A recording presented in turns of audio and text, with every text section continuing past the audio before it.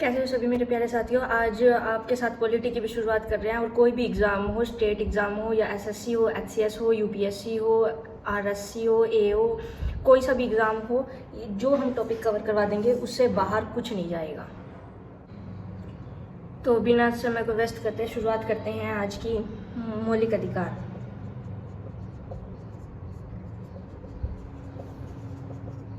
मौलिक अधिकार और बाइलिंगुअल क्लास रहेगी, हिंदी में भी और इंग्लिश में भी बताते चलेंगे, जिसे हम कहते हैं फंडामेंटल राइट्स।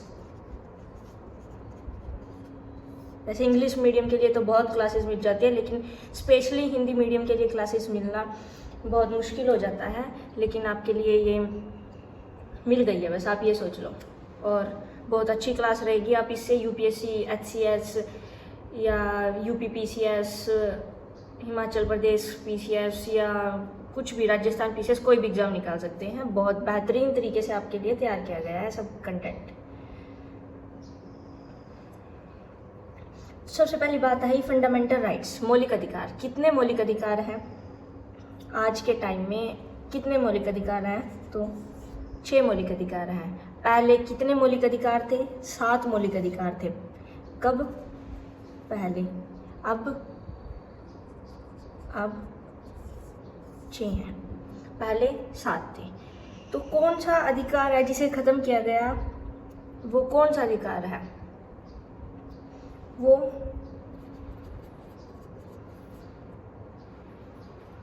संपत्ति का अधिकार है, जिसे खत्म कर दिया गया। ये सब बता देते हैं कि संपत्ति का अधिकार था, उसे ख़त्म कर दिया गया। लेकिन एक बहुत ही अच्छी चीज़ जो मैं बताने जा रही आपको कि वो कब ख़त्म हुआ। हमारे संविधान के अंदर 44th संविधान संशोधन हुआ। 44th संविधान संशोधन। और 44th संविधान संशोधन, ये कई बच्चे समझ नहीं पाने कि क्या है संविधान संशोधन। इसको इंग्लिश में कहते हैं कॉन्स्टिट्यूशन अमेंडमेंट्स, इसे कहते हैं। और इसी 44 संविधान संशोधन के तहत हमारा जो 7वां मौलिक अधिकार था, संपत्ति का अधिकार, उसे ख़त्म कर दिया गया। बहुत इंपॉर्टेंट है, स्टार लगा के लिख लो कि 44 संविधान संशोधन के तहत हमारे 7वें मौलिक अधिकार, संपत्ति के अधिकार को ख़त्म कर दिया गया।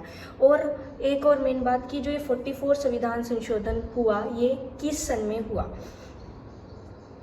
1978 में ये 44 संविधान संशोधन हुआ, जिसके अंदर संपत्ति के अधिकार को खत्म कर दिया गया।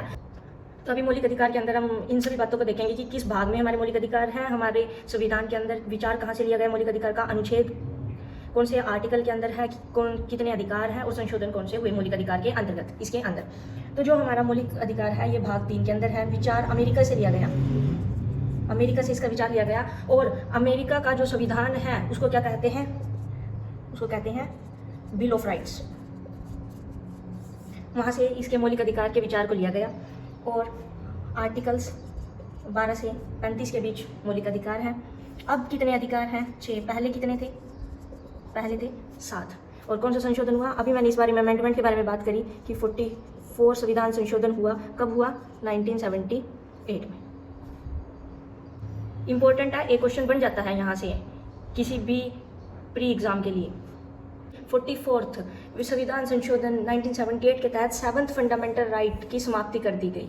और पहले ये आर्टिकल 19(1) के अंदर था, जो हमारा 7वां मौलिक अधिकार, फंडामेंटल राइट था, संपत्ति का अधिकार। और अगर हम आज के समय की बात करें, आज के समय की अगर हम बात करें, तो ये एक कानूनी अधिकार बन चुका है, कानूनी अधिकार, या इसे हम विधायी अधिकार भी बोल सकते हैं। और ये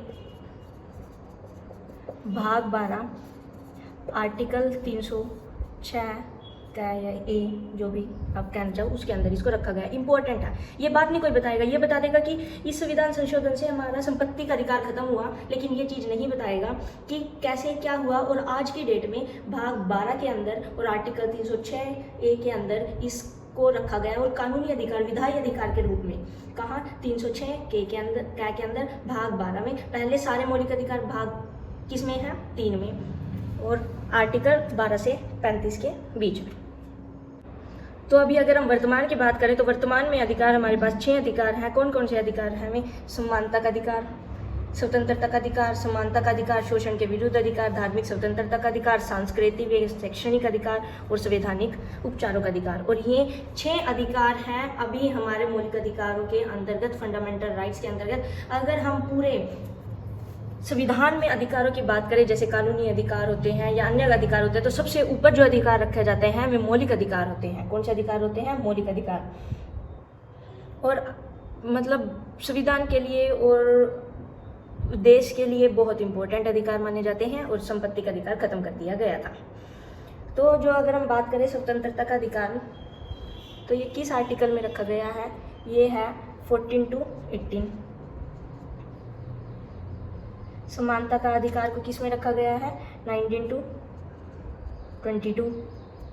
और शोषण के विरुद्ध अधिकार 23, 24। धार्मिक स्वतंत्रता का 25 to 28 और इसे 29 to 30। और संवैधानिक उपचारों का अधिकार आर्टिकल 32 के अंतर्गत। इन्हें याद कर लीजिएगा, पूछ लिया जाता है कई बार कि स्वतंत्रता का अधिकार कहाँ पर रखा गया है, किस आर्टिकल के अंदर रखा गया है। तो 14 to 18 स्वतंत्रता का अधिकार, फिर 19 to 22, इनमें 4 का डिफरेंस है। 14 to 18, 19 to 22 याद रहेगा। समानता और स्वतंत्रता, सबसे पहले स्वतंत्रता का याद करो, अभी साथ साथ याद कर लो, एक ही बार अच्छे से पढ़ लिया तो अच्छे से हो जाएगा, बार बार करने की जरूरत नहीं होती। स्वतंत्रता का अधिकार 14 to 18, समानता का अधिकार 19 to 22 याद रहेगा। 4 का डिफरेंस है।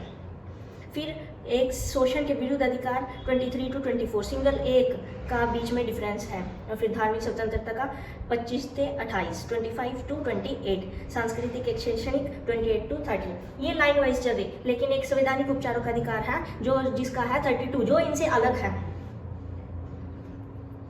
तो आप याद कीजिएगा इन्हें बहुत अच्छे से। वैसे तो देखो इजी है कि स्वतंत्रता का अधिकार 14 to 18, समानता का अधिकार 19 to 22, फिर शोषण के विरुद्ध अधिकार 23 to 24, फिर धार्मिक स्वतंत्रता का अधिकार 25 to 28 और वो फिर 28 to 29 आएगा, सॉरी 29 to 30, 29 to 30 और फिर 32 याद रहेगा, याद रहेगा। चलो आगे बढ़ते हैं। अब बात आती है कि जो हमारे फंडामेंटल राइट्स हैं वो स्पेशल क्यों हैं। तो सबसे पहला है और बहुत इंपॉर्टेंट है, तीनों पॉइंट्स इतने इंपॉर्टेंट है कि दिमाग में फिट कर लो और अपने नोट्स में लिख लो, बहुत इंपॉर्टेंट है। और अगर आपको इन सब की पीडीएफ भी चाहिए, जो हम यहाँ करते हैं भाई लिखना ना पड़े पीडीएफ में से, तो कमेंट कीजिएगा। क्लास अच्छी लगे और पीडीएफ चाहिए तो कमेंट करिएगा, और बहुत डिटेल्ड में करवाएंगे, मतलब किसी तरह का कोई एग्जाम ही ना रहे, इतना डिटेल्ड में। तो स्पेशल क्यों है फंडामेंटल राइट्स? पहला है न्यायिक संरक्षण प्राप्त, इन्हें न्यायिक संरक्षण प्राप्त होता है। और दूसरा है संसद, राज्य विधानमंडल कानून नहीं। इसका मतलब है जो संसद है, राज्य विधानमंडल है, फंडामेंटल राइट्स के लिए कोई कानून नहीं बना सकती। वो संसद भी और राज्य विधानमंडल कोई कानून नहीं बना सकती फंडामेंटल, इसीलिए स्पेशल है। न्यायिक संरक्षण प्राप्त है। और अगर इनके अंदर कोई परिवर्तन करना है मौलिक अधिकारों के अंतर्गत, फंडामेंटल राइट्स के अंतर्गत, तो सिर्फ स्पेशल एक 368 की जो प्रक्रिया होती है, 368 की प्रोसेस है, उसी से संभव है कि क्या फंडामेंटल राइट्स के अंदर क्या हो सके, परिवर्तन हो सके। कौन सी प्रक्रिया? 368 की प्रक्रिया, बहुत इंपॉर्टेंट है। बाकी किसी प्रक्रिया से संभव नहीं है, केवल एक सिंगल है 368 की प्रक्रिया। न्यायिक संरक्षण प्राप्त है। और क्या है? संसद और राज्य विधानमंडल इसके लिए कानून नहीं बना सकती। ये इसके स्पेशल होने के, स्पेशल होना मतलब विशिष्ट, हिंदी में कहें तो विशिष्ट मौलिक अधिकार, विशिष्ट होने के, स्पेशल होने के इसके कारण है, इम्पोर्टेंट है। याद रहेगा? रहेगा।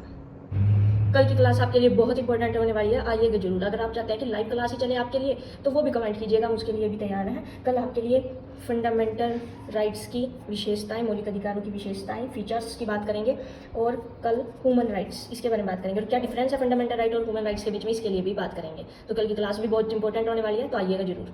Thank you.